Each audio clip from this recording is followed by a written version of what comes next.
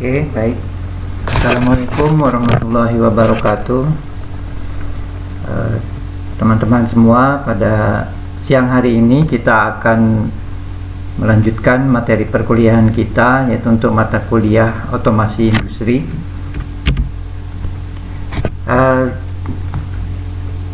Pada zaman dahulu orang bepergian tentu berjalan kaki, kemudian seiring dengan berhasil ditaklukkannya hewan-hewan, maka kemudian manusia bepergian dengan menggunakan hewan, kuda misalnya, keledai, onta dan sebagainya. Seiring berjalannya ditemukannya berbagai teknologi, akhirnya kemudian manusia bepergian dengan menggunakan kendaraan, misalnya menggunakan mobil, motor dan seterusnya, sehingga orang cukup dengan duduk dan mengendarai sesuai dengan keinginannya. Tentunya meningkatnya kebutuhan manusia telah berupaya berpikir bagaimana agar pekerjaan juga di pabrik, di industri yang selama ini dikerjakan oleh manusia ini dapat digantikan oleh mesin yang dapat bekerja 24 jam, tidak mengenal jenuh, tidak menuntut gaji yang tinggi, dan juga tidak akan demo untuk menuntut adanya kenaikan gaji ataupun upah buruh. Pada awalnya ketika kita bicara teknologi, kita bicara tentang perkembangan revolusi industri di masa-masa awalnya industri tertarik pada ongkos tenaga kerja yang murah. Tenaga kerja menjadi andalan bagi kelangsungan proses produksi di pabrik, di industri dan sebagainya. Selain itu, tenaga kerja manusia juga tersedia dalam jumlah yang banyak, sehingga industri tidak perlu membeli mesin-mesin, pabrik tidak perlu membeli mesin-mesin yang harganya mahal. Cukup dengan mempekerjakan banyak tenaga kerja. Namun kenyataannya di lapangan pekerjaan menunjukkan bahwa penggunaan tenaga kerja dalam jumlah yang banyak ternyata memiliki beberapa kelemahan. Misalnya ada keterbatasan yang manusiawi seperti lelah, jenuh, kesehatan, emosi yang labil dan sebagainya. Ini tentu dialami oleh beberapa perusahaan, oleh beberapa industri yang mengalami adanya permasalahan seperti ini. Karyawan yang merasa jenuh, lelah, kemudian emosi yang labil dan sebagainya. Penggunaan tenaga kerja manusia juga memiliki resiko pemogokan massal misalnya, barangkali pernah terjadi baik di Indonesia maupun di negara lain. Ada pemogokan massal, demonstrasi, dan menuntut upah yang besar upah tenaga kerja yang besar. Tenaga kerja juga ternyata memiliki keterbatasan yang bersifat manusiawi, seperti harus istirahat yang cukup, pergi ke toilet, dan berbagai keperluan yang bersifat pribadi. Kelemahan tersebut akan berdampak tentunya pada kualitas dan kuantitas produk. Nah, belajar dari kelemahan-kelemahan di atas, maka manusia terpacu untuk membuat mesin yang dapat menggantikan fungsi tenaga kerja manusia. Misalnya untuk mengangkat, menggeser, mengelas, dan lain-lain. Kemudian akhirnya manusia menciptakan berbagai peralatan yang berkembang secara pesat, baik secara mekanik, elektrik, pneumatik, hingga berkembang menjadi robot-robot industri yang dapat digunakan untuk kegiatan proses produksi di pabrik ataupun juga di perusahaan.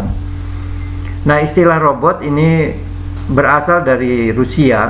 Beberapa penelitian menunjukkan berasal dari bahasa Rusia, yaitu dari kata robota yang berarti tenaga kerja atau buruh.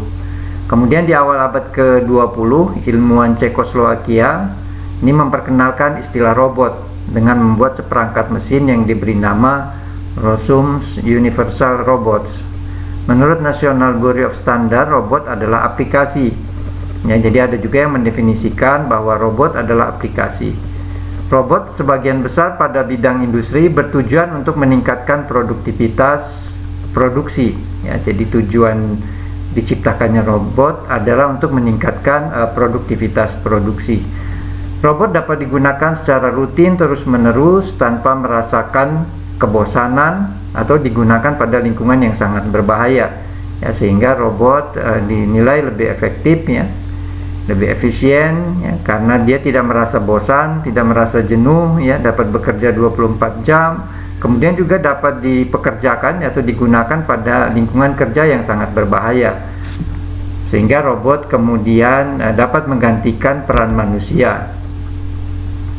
Sebagai contoh nih, dalam industri nuklir, robot harus digunakan ya, karena radiasi nuklir sangat berbahaya bagi manusia, sehingga robot digunakan pada industri perakitan, pengelasan, ya, peleburan logam, pengecatan, dan telah digunakan juga pada bidang militer ya, sebagai perawat menjinak bom, bidang kedokteran dan sebagainya. Saat ini mungkin perang Rusia dan Ukraina ini juga banyak menggunakan teknologi robot dalam peperangan ini ya, sehingga meminimalkan terjadinya korban manusia misalnya.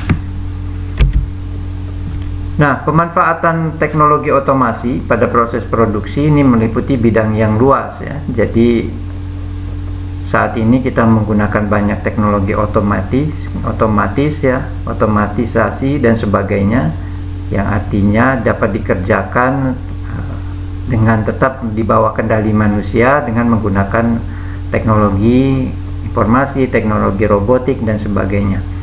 Dari kegiatan seperti bagian produk desain, production planning dan control, inventory control, sales and marketing ya, engineering, industrial engineering, banyak yang lebih berupa pengolahan secara otomatis, misalnya data elektronis.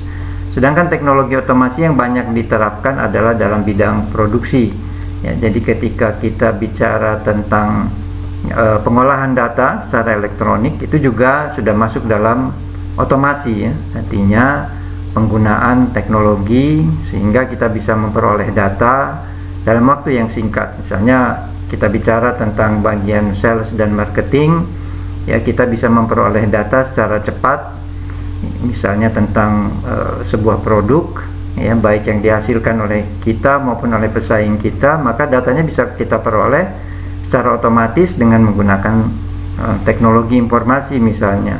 Atau kemudian kita juga bisa memperoleh hasil-hasil perhitungan misalnya dari bagian sales dan marketing juga menggunakan teknologi informasi. Artinya otomasi industri tidak hanya berkaitan dengan yang kaitannya dengan produksi ya. Kalau produksi jelas kita tahu sama-sama dia menggunakan robot, misalnya menggunakan teknologi ya dalam pengolahannya, dalam proses produksinya, walaupun tetap memang manusia berperan dalam mengawasi kegiatan produksi yang dilakukan, walaupun secara robotik tetap peran manusia ada dalam kegiatannya. Kemudian pemanfaatan teknologi otomasi dalam proses produksi ini merupakan sebagian kecil saja dari penggunaan teknologi tersebut. Ya, jadi pemanfaatan teknologi otomasi ini dalam proses produksi ini sebagian kecil ya. Sebagian besar aplikasinya dimanfaatkan secara luas dalam kehidupan sehari-hari. Jadi otomasi ini tidak hanya di industri ya, di bidang yang lain juga dimanfaatkan. Misalnya di rumah ya, di rumah tangga, misalnya mesin cuci ya, itu kan juga otomatis ya. Kita tinggal pencet tombol, mau berapa menit proses mencucinya, mau 10 menit, 20 menit, 30 menit dan sebagainya. Kemudian juga pengisian airnya secara otomatis ya, kita nggak perlu bawa ember ngisi ke dalam mesin cuci ya, secara otomatis dari pipa air nanti mesin cuci yang akan mengisi ketika misalnya tandon airnya harus diisi, kemudian juga dikeringkan secara otomatis di mesin cuci dan sebagainya. Sehingga bicara tentang otomasi juga tidak hanya di industri ya, di rumah juga kita mengalami itu. Misalnya juga masak nasi ya, rice cooker misalnya, kita cukup masukkan beras yang udah dicuci ditambah air, maka dipencet tombolnya sekian menit akan berubah jadi nasi gitu ya, secara otomatis.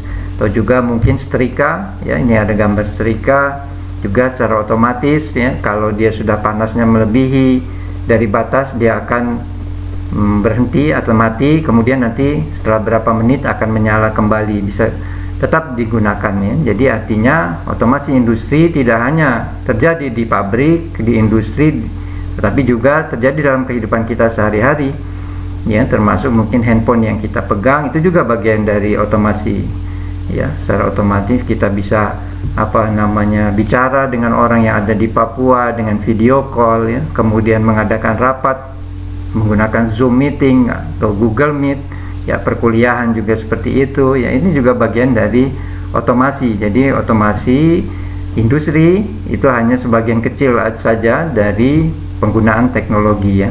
Jadi artinya di bidang yang lain juga terjadi otomasi itu, baik di rumah, di kantor, di kampus, di sekolahan ya, di perusahaan dan sebagainya. Nah, tentunya prinsip ini berdasarkan dari prinsip di sebuah perusahaan ya, yang selalu berusaha untuk efisien dan efektif dalam melakukan proses produksinya ya. Jadi perusahaan, pabrik, industri selalu berupaya bagaimana efisien dan efektif ya dalam kegiatan produksinya. Di antaranya ini hal yang sesuai dengan prinsip ekonomi, bertujuan untuk mendapatkan keuntungan yang sebesar-besarnya dengan biaya yang serendah-rendahnya. Jadi mungkin teman-teman sudah tahu ada prinsip ekonomi yang menyatakan tentu untuk mendapatkan keuntungan yang sebesar-besarnya dengan biaya yang serendah-rendahnya.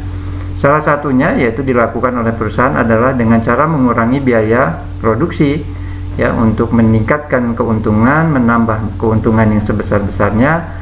Maka salah satu caranya adalah mengurangi biaya produksi, termasuk diantaranya biaya tenaga kerja. Namun tentunya otomasi industri ini juga kita lihat ya, industrinya bergerak di bidang apa ya. Karena ada beberapa juga mungkin industri yang memang membutuhkan tenaga kerja ya untuk kegiatan produksinya, baik itu yang sifatnya mungkin tenaga kerja kontrak ya, harian, lepas harian, dan juga karyawan tetap. Misalnya di pabrik kelapa sawit mungkin saat panen butuh tenaga kerja kontrak ya, atau tenaga harian lepas untuk memanen kelapa sawitnya gitu ya. Atau juga mungkin di pengolahan nanas ya, pengalengan nanas, GGPC misalnya, saat panen nanas ya membutuhkan karyawan tenaga kerja kontrak, tenaga kerja harian untuk memanennya. Tapi kemudian selesai panen, tenaga kerja harian atau tenaga kerja kontrak ini nggak dipakai lagi ya, karena proses produksi harus dilakukan oleh tenaga kerja yang memang sudah memperoleh pelatihan dan sebagainya, sehingga tidak mengganggu kegiatan produksi. Nah, tentunya meningkatnya kualitas hidup berdampak pada gaji tenaga kerja terampil yang semakin mahal. Tenaga kerja terampil umumnya menuntut gaji yang besar, padahal tenaga kerja terampil sebagai manusia pada umumnya memiliki keterbatasan. Jadi ini kembali tadi ke latar belakang bahwa kualitas hidup ini berdampak pada gaji tenaga kerja yang semakin mahal ya. Walaupun kita tahu bahwa tenaga kerja ya manusia juga ya, yang memiliki keterbatasan seperti kelelahan, sakit ya, mengalami kejenuhan ya, bahkan kadang pada waktu-waktu tertentu juga menuntut kenaikan gaji ya, seiring dengan kualitas hidupnya yang juga semakin meningkat. Nah, pengalihan gerakan dari tenaga manusia ke mesin ini dapat dilakukan sebagian ataupun keseluruhan ya. Jadi otomasi ini sebagian berarti sistem masih memerlukan tenaga kerja manusia ya untuk mengoperasikan mesinnya. Sedangkan otomasi secara lengkap atau keseluruhan berarti semuanya dikerjakan oleh mesin ya. Tenaga kerja hanya bertindak sebagai programmer dari mesin tersebut. Jadi mungkin teman-teman di industri yang sudah bekerja di pabrik, di industri tentu akan menemukan ini ya, ada yang campuran, artinya otomasinya ada ya, tetapi juga tetap memerlukan tenaga kerja mengoperasikan mesin tersebut ya. Sedangkan otomasi lengkap artinya semua dikerjakan oleh mesin, tenaga manusia hanya bertindak sebagai programmer dari mesin tersebut ya. Mungkin teman-teman yang di pabrik, yang di industri akan menemukan dua hal ini ya, ada yang otomasinya sebagian, ada juga yang otomasinya lengkap ya. Nah, ini mungkin sedikit tambahan buat teman-teman. Jadi ketika kita bicara tentang teknologi ya, jadi teknologi itu tidak melulu harus berupa mesin, berupa peralatan ya. Teknologi bisa berupa metode ataupun cara ya. Selain memang saya sampaikan tadi bahwa teknologi dapat berupa tools ya, berupa alat, berupa mesin, tapi juga berupa metode dan cara, itu juga teknologi. Jadi jangan kita beranggapan bahwa teknologi itu harus bentuk atau berwujud benda atau peralatan atau mesin. Nah, teknologi ini berkaitan dengan ilmu pengetahuan, tetapi tidak sama dengan ilmu pengetahuan. Jadi teknologi ini pasti ada kaitan dengan ilmu pengetahuan ya. Seiring dengan bertambahnya ilmu pengetahuan manusia, maka kemudian teknologi juga jadi semakin bertambah. Nah, teknologi ini berasal dari bahasa Latin ya, atau bahasa Yunani, ada tekne yang artinya art to skill ya, artinya seni dari sebuah keahlian, dan juga logos ya, logos itu science atau study. Jadi teknologi ini merupakan gabungan dua bahasa Latin, yaitu tekne dan logos, sehingga dapat didefinisikan bahwa teknologi adalah seluruh pengetahuan ya, proses, produk, peralatan, metode, dan sistem yang digunakan untuk menciptakan barang atau jasa. Jadi teknologi ini seluruh pengetahuan, berhubungan dengan produk, berhubungan dengan proses, berhubungan dengan peralatan, berhubungan dengan metode dan sistem yang digunakan untuk menciptakan barang. Jadi teknologi ini merupakan gabungan ya, campuran, jadi kaitan dengan pengetahuan, dengan proses, dengan produk, dengan metode dan sebagainya, sehingga terciptalah barang ataupun juga jasa. Sifat teknologi tidak memberikan nilai jika tidak diterapkan ya. Teknologi dapat ditemukan, dikembangkan, dijual, dibeli, bahkan dicuri, dan juga mungkin teknologi menjadi kadaluarsa. Jadi teknologi itu punya sifat, teknologi tidak memberikan nilai kalau tidak diterapkan, sehingga walaupun sederhana sebuah teknologi, kalau dia diterapkan maka dia bisa disebut sebagai teknologi. Tapi kalau dia tidak diterapkan maka tidak memberikan nilai apa-apa teknologi itu.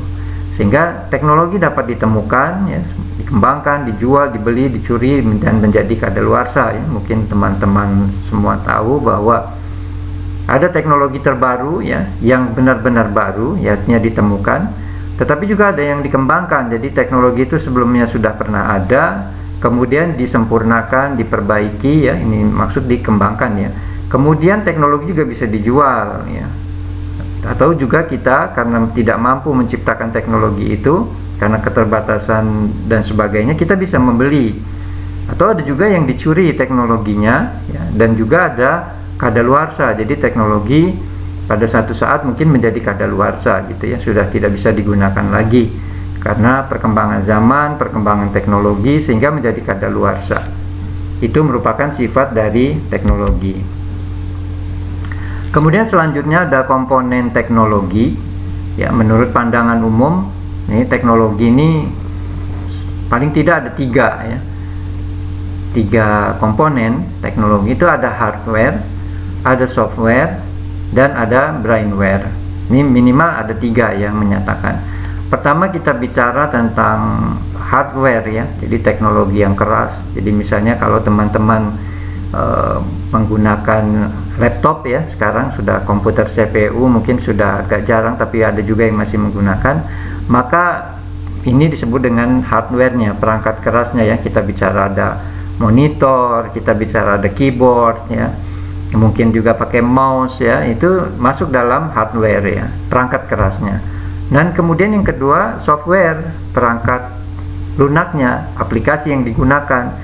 Misalnya kita menggunakan Microsoft Office ya, misalnya kita menggunakan Excel dalam pengolahan data, misalnya juga kita menggunakan mungkin Zoom meeting, itu merupakan softwarenya.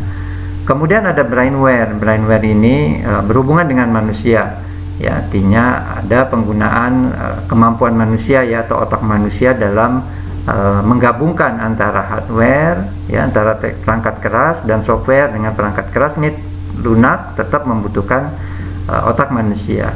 Namun ada juga yang menyatakan bahwa komponen teknologi itu terbagi 4. Ada technoware, ada humanware, ada infoware, dan ada organware ya. Technoware yang pertama ini teknologi yang terkandung dalam mesin, peralatan, dan produk. Jadi kita bicara technoware berarti teknologi yang terkandung di dalam mesin atau peralatan itu.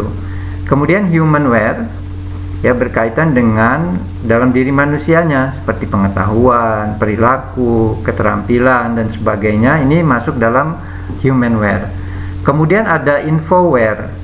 Infoware ini teknologi yang terkandung ya, yang digunakan ya dalam kegiatan dokumen-dokumen yang digunakan, ini ada infoware di situ. Kemudian yang keempat ada organware atau teknologi yang terkandung dalam organisasi dan manajemen. Jadi ada juga yang menyatakan bahwa komponen teknologi itu ada 4. Ada technoware, jadi teknologi yang terkandung dalam mesin, peralatan dan juga produk. Ada humanware-nya, faktor manusianya seperti pengetahuan, perilaku, keterampilan dan sebagainya. Ada bicara tentang yang ketiga infoware, artinya informasi ya dalam kegiatannya. Kemudian ada organware atau kaitannya dengan organisasi dan manajemen. Jadi komponen teknologi juga tidak bisa dilepaskan dari organisasi dan manajemen. Jadi siapa yang punya job description, siapa yang punya job specification ya, pembagian tugas, ini berkaitannya dengan organware ya. Jadi siapa yang kemudian menjadi supervisor, jadi manager dan sebagainya, itu masuk dalam organware. Nah, ini berikutnya adalah skema dalam komponen teknologi. Ini ada technoware, ada organware, ada humanware, ada infoware ya. Ini adalah keterkaitannya ya, skemanya, keterkaitannya. Jadi kalau kita bicara misalnya di sini ada technoware, ini adalah subsistem pengolahan informasi. Jadi diolah di sini informasi, kemudian berkaitan juga dengan infoware ya, karena pengolahan informasi, teknologi dalam pengolahan informasinya ini berhubungan dengan infoware. Ya, ada di sini. Kemudian infoware khusus humanware, infoware khusus technoware ya, dan infoware khusus organware. Jadi informasi ini berhubungan dengan manusia, human, dengan dengan teknologi dan juga dengan organisasi manajemen. Kemudian di sini ada humanware ya. Ini berhubungan dengan humanware, berhubungan dengan transportasi material. Kemudian berikutnya ada organware di sini. Ya, ada konversi kerja, organisasi kerja, fasilitas kerja, evaluasi kerja, modifikasi kerja. Ya, ini masuk dalam organware, yaitu kaitannya dengan organisasi dan manajemen. Pembagian tugas ya, job description, job specification ya. Siapa yang menjadi manager, siapa yang menjadi supervisor ya, kemudian siapa yang mungkin menjadi operator. Nah, ini masuk dalam organware ya, organisasi kerja. Kemudian butuh fasilitas apa ya, tentu bagian produksi membutuhkan fasilitas kerja yang berbeda dengan bagian marketing atau penjualan ya. Kemudian ada evaluasi kerja, ini kaitan dengan organware juga ya, evaluasi kerja. Jadi evaluasi gimana kerjanya, apa sesuai dengan job description tadi ya. Kemudian dilihat mungkin juga latar belakang pendidikannya, pelatihan yang pernah diikuti dan sebagainya ya. Kemudian ada modifikasi kerja ya, mungkin yang perlu dimodifikasi kerja yang dilakukan oleh operator misalnya. Nah, ini lingkup dari manajemen teknologi. Yang berikutnya ada lingkup manajemen teknologi. Jadi sumber teknologi itu bisa berawal dari visi perusahaan. Jadi perusahaan punya visi apa, misalnya menjadi yang pertama gitu ya dalam menghasilkan misalnya pendingin ruangan yang berkualitas. Kemudian setelah visi diturunkan dalam strategi untuk mewujudkan visi tadi menjadi perusahaan nomor 1 dalam bidang AC misalnya, maka dilakukan strateginya apa ya. Kemudian keunggulan kompetitif kita apa ya, jadi perusahaan kita punya keunggulan apa dibandingkan perusahaan pesaing. Kemudian kompetensi utamanya apa, kita punya kompetensi di bidang apa di dalam AC misalnya. Teknologi AC kita tidak hanya untuk pendingin ruangan, tapi juga bisa membunuh bakteri misalnya, itu adalah kompetensinya ya. Kemudian kebutuhan teknologinya apa, jadi untuk menghasilkan AC tadi yang dingin, membunuh bakteri dan sebagainya, kita butuh teknologi apa di teknologi AC yang akan kita kembangkan.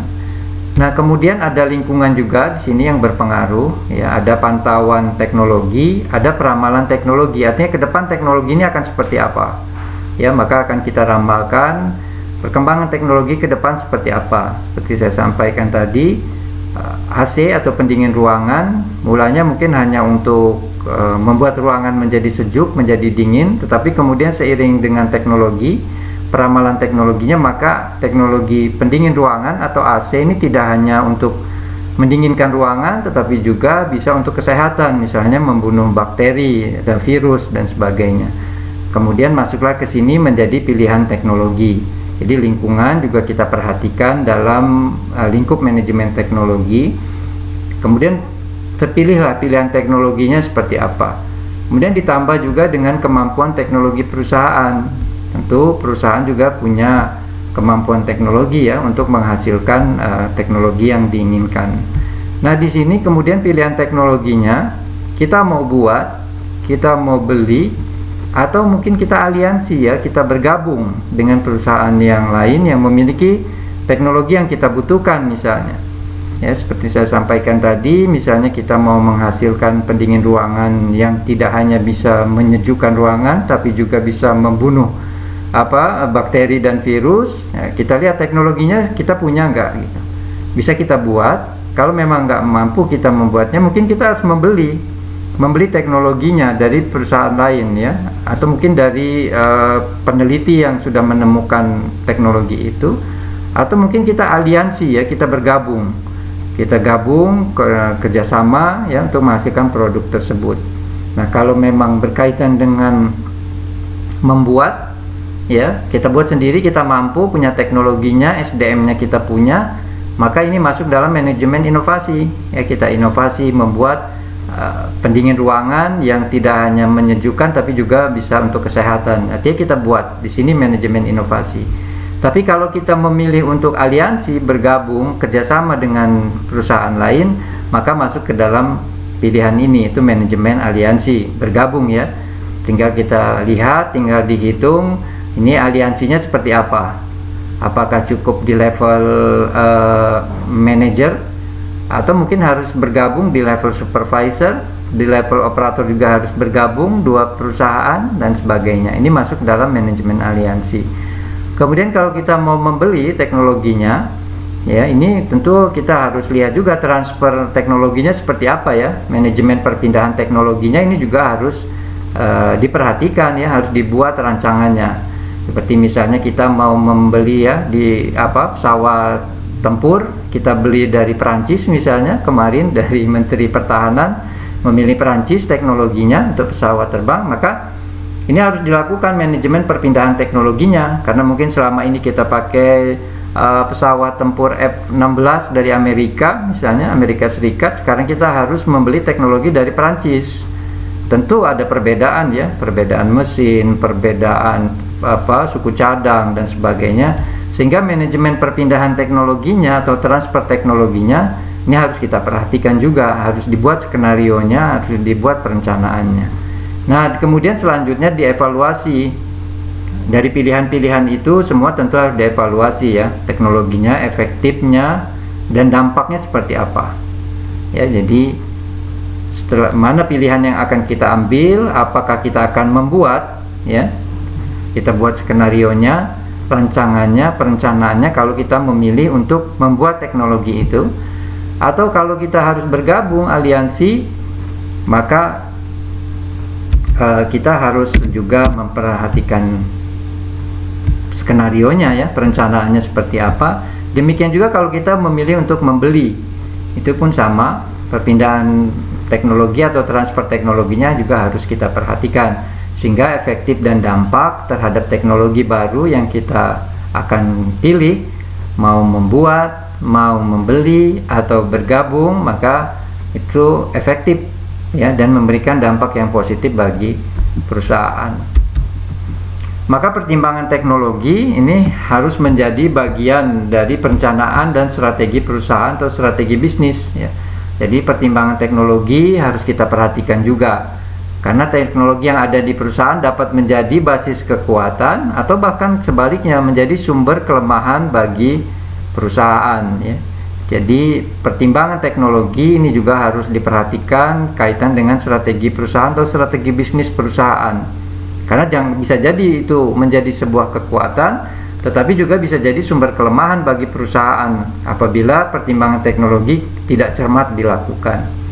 Jika perusahaan tidak mempunyai alokasi dana untuk biaya pengembangan teknologi, maka perusahaan dapat koordinasi dengan pihak lain melalui aliansi strategis, ya. Seperti disampaikan tadi, ada 3 pilihan: mau membuat teknologinya, mau membeli teknologi, atau aliansi strategis. Kita bergabung, ya, dengan perusahaan lain dengan teknologi yang berbeda, digabungkan untuk menghasilkan produk yang memiliki nilai jual dan dapat bersaing di pasar.